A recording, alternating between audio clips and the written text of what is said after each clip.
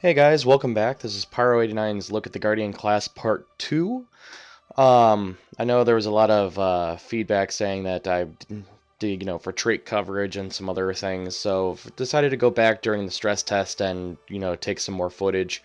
So objectives of this video is to kind of go over what I didn't cover in the first video and take a look at a dynamic event that happens in the Norn starting area that I thought was pretty cool.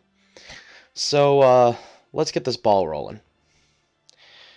All right. So traits. Traits are very similar to talent trees and skill trees that you'd see in other MMOs. It's just another way for you to customize your character to your playstyle. Um, and as I go over here, you see there are 5 different trait lines. Each class has 5 trait lines.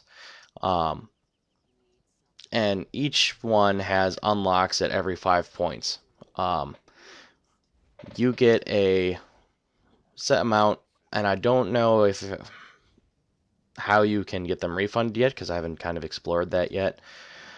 Um, but as you see, the minor ones, the smaller ones that are locked, unlock at every 5-point intervals from 5 to 15 to 25. And then you get major ones at 10, 20, and 30 points spent into that trait line.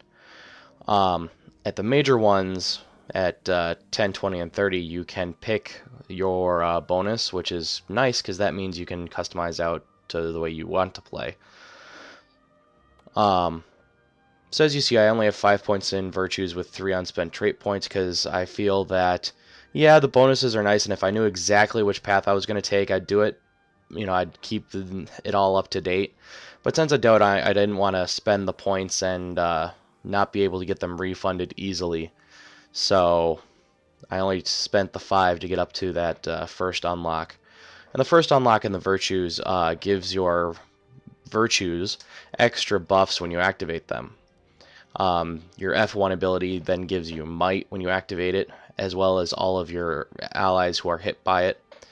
The F2, which is your heal, also gives you regeneration to you and your allies, and then your F3, which gives you your Aegis, also gives protection for a brief amount of time. So I'm also going to show, I'm going to try to show anyways, a couple different abilities that I didn't show in my first video real quick. So just kind of looking over. So I notice I know I mentioned meditations last video, but I really didn't show them. So meditations are things that you can use to cleanse yourself of debuffs and, teleport around the map. Consecrations are more like little area of effect zones that you create. So I think I'm going to try to show a couple more of those. And of course we have our signets, which I know I didn't really have much of at all. So the Signet of Judgment, as long as it's off cooldown, you get reduced incoming damage, which is nice. So what I'm going to do here is I'm going to purchase Purging Flames and Signet of Judgment. Purging Flames is a nice little skill. It'll get rid of conditions on you and set a small little AoE where it'll set enemies on fire. And it also has the effect Combo Field Fire, which means any projectiles fired through it will also gain the fire subtype and do elemental damage. And here I was thinking I was going to go get another skill point. I've been encountering weird issues where skill point givers have been dead.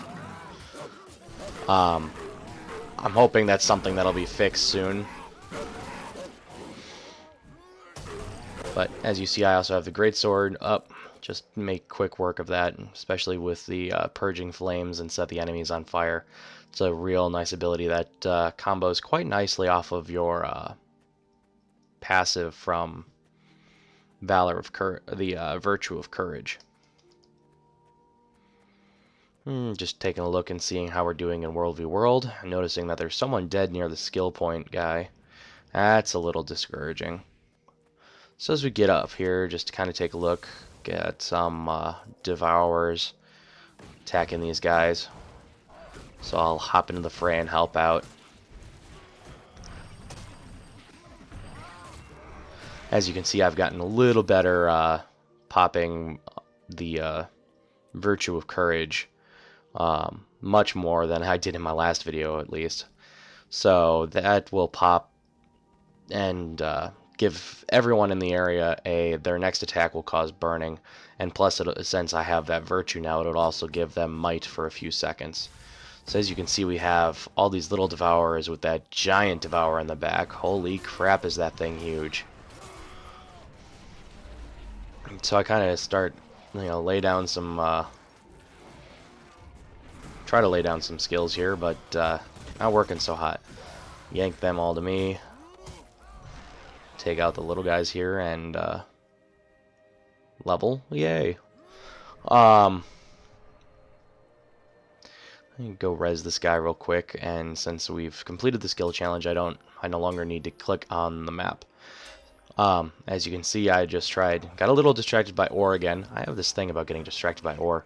However, I don't have the correct pick to do so, so I ruined the ore. So there's a hint for everyone who wants to do crafting. Make sure you have the right tools for the job, because the lower level tools do not work on the higher level mining nodes. So alright, so now that I've kind of shown you and kind of explained the trait system a bit, I'm going to show you the event in the Norn starting area.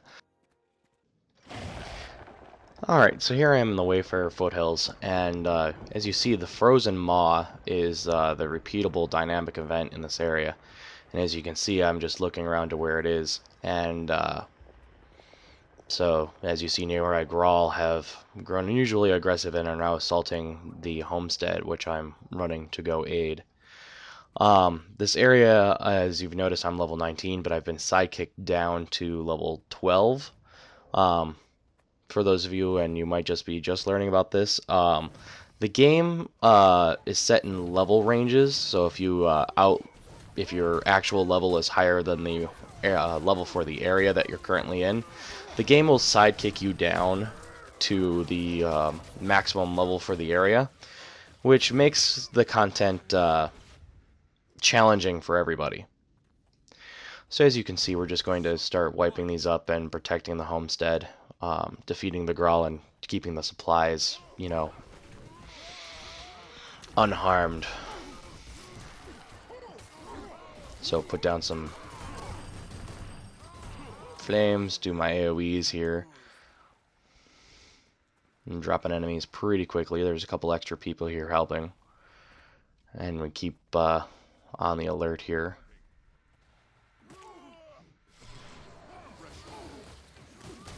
Pop the signet, which gives retaliation to myself and all the allies around.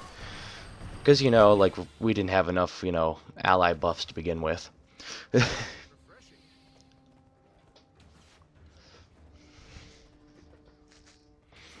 So just keep on working this around as this ranger's pet has now taken the enemy quite a little ways away. Just hop in here. Accidentally get that moose.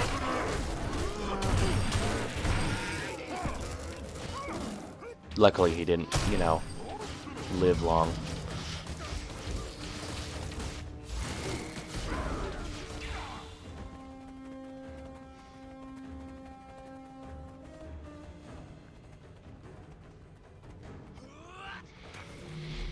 Just kind of looking around for that last guy. Don't know what signet the ranger has activated, but now we've got a spirit around, and that particular spirit doubles the amount of damage.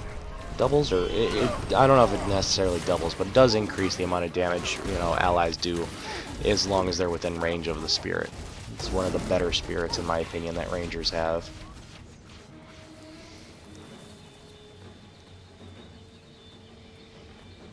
So in the interest of moving this along, I see that this guy's just going to stay here for a moment. He's going to say, "Hey, look, I want to go look this, take a look at this." That could be dangerous. You better take some help. Hey, look, I'm here. I'll help. I'm more than willing to help. I do most of my research at the pub.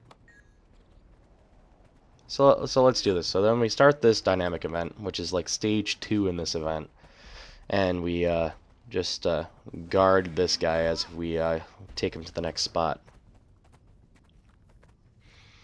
As I'm thinking, I've done this particular event a couple times, and I've always had issues with it.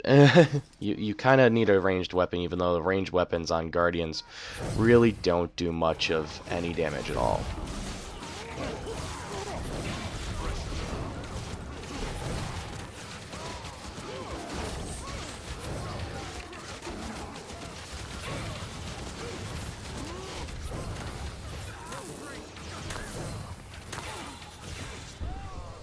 Trying to protect the guy as much as possible, although the line of warding that I put down really doesn't do much in this particular instance.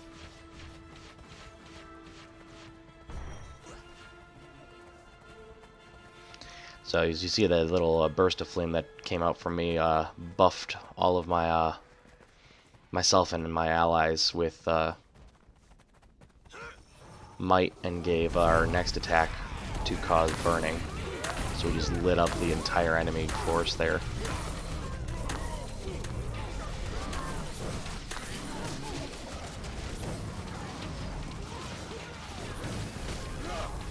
So I just throw out the symbol of swiftness under that guy, so it does damage over time.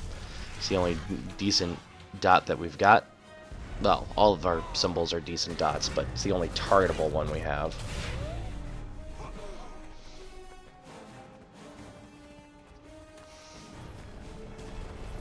So I'm going to switch this over here because this event tends to be a little difficult, and since this is a dynamic event, it scales based on the number of people who are participating.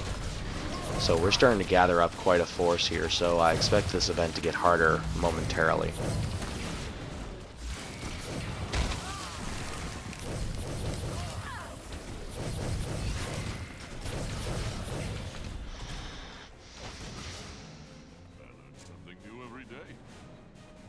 Hey, you know, so do we. That's why we make these videos. So, got through that little event. That is a totem to dragon. Destroy that foul totem. Dragon cannot take the Growl. They're a pain, but they are our pain. You know, I just love that saying. Yeah, I just love that. You know, yeah, you know, the Growl are a pain in the butt, but you know, there are pain in the butt. So, you know, we don't need them serving another master, because then they would just become too much of a pain in the arse. So we're just trying to burn down this totem real quick, and I have a feeling that, yep, there we go. There's some enemies who want to take us on. Again, still not doing all too great with getting in close to use that shield ability. So as you get knocked down, you get put into like this last stand mode, and if you or an ally kills an enemy while you're downed, you rally and then you come back to life. Otherwise, you have to try to use your number 4 ability, which is a self heal. At least on Guardians it is, or you have to wait for a kind party member to get you back up on your feet. So we're looking to re-equip real quick while I'm not in combat to something a little more melee friendly, and I'm just about to perish once more. Heal myself up there a little bit. Try to get some regeneration going because I need the health.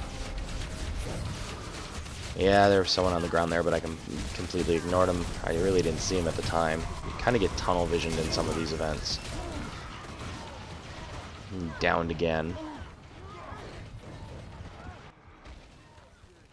So, as you can see, the number 4 ability there gets interrupted by damage.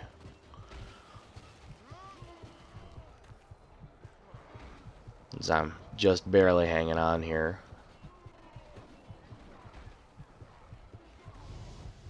Starting to think I was making a good comeback, just kind of waiting here, and then I got hit by something and we start bleeding out again. and dead. Now, when it says you are defeated, you can still be revived by your teammates, but at this point, I'm like on the event's going on, it'd just be faster to to teleport over and revive. So we're over here, and we're just going to quickly re-equip real quick.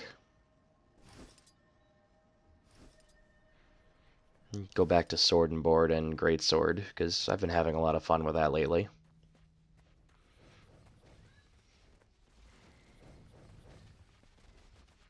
So as we get back into the event, we kind of see that we've cleaned up one area, and we're about to move on to the next portion of this quest.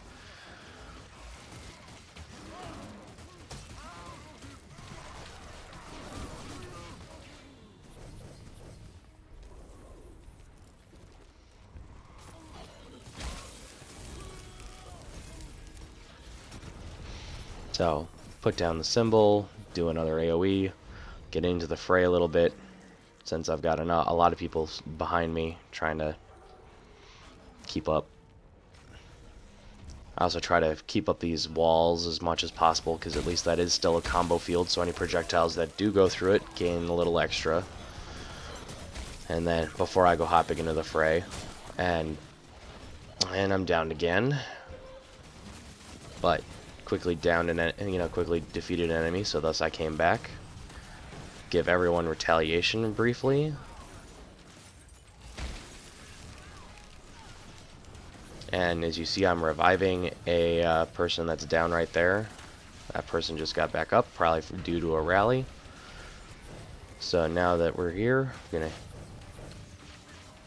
heal, but didn't really need to. Whoops, waste of a heal. We're going to drop down this wall again and have that combo field go back up as we start taking down this next portal here. And we keep moving on and keep working on everything that's around.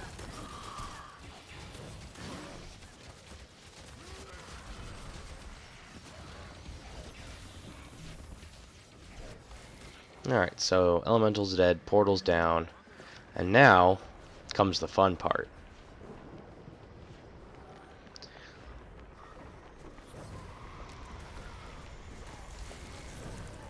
So, this fight's going to take a while, so I'm going to do the magic of television thing, and fast forward this fight for you a little bit, because it's just a monster fight.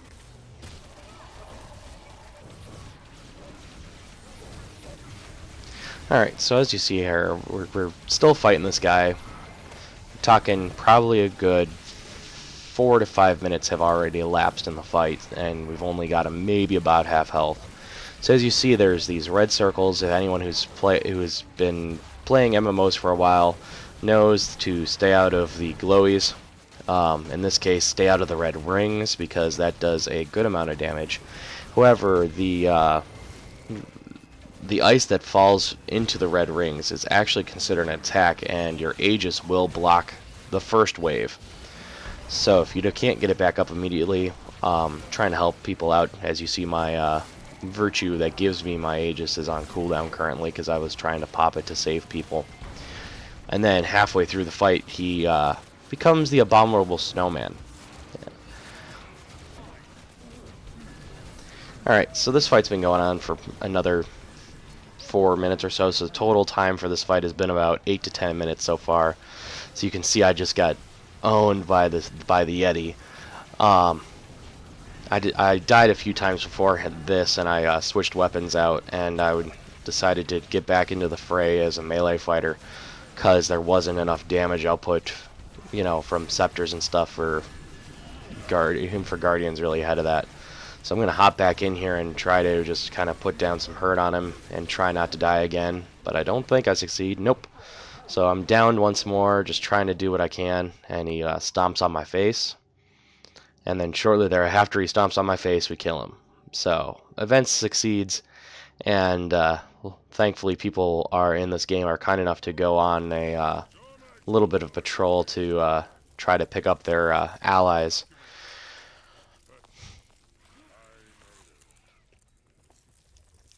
So, gotta love the Norn. Yes, this must be documented, but first, A fine ale. So as you can see above my little stamina bar, I have a pretty heavy death penalty, which only decreases your max health. It doesn't like change your energy like it did in Guild Wars 1. However, the change in health is rather significant, and the only thing I know that cures a death penalty is time. The longer you stay alive, eventually it'll all just come off. So that's all I've got for this video. I'm still just gonna probably wander around here and start fighting this next event that's nearby. The next beta event was just announced by ArenaNet, and it is June 8th through the 10th. Characters are not going to be deleted. However, I don't know that the builds are going to be the same. So I'm hoping maybe during that event, maybe I can get some dungeon footage. But since characters are not being deleted, I don't have to redo the Guardian. So I'm going to leave it up to you guys and take some input on what's the next class video I should try to discuss. Alright, so this is Par89. You just watched some more Guardian footage, and if you're looking for a guild for Guild Wars 2, feel free to check out the guild Check Your Tiers, which is the guild I'm a part of, and I'll be posting a link to their guild website in an annotation and the description box below. So thank you for taking the time to watch this video, and I will see you guys in the next beta event.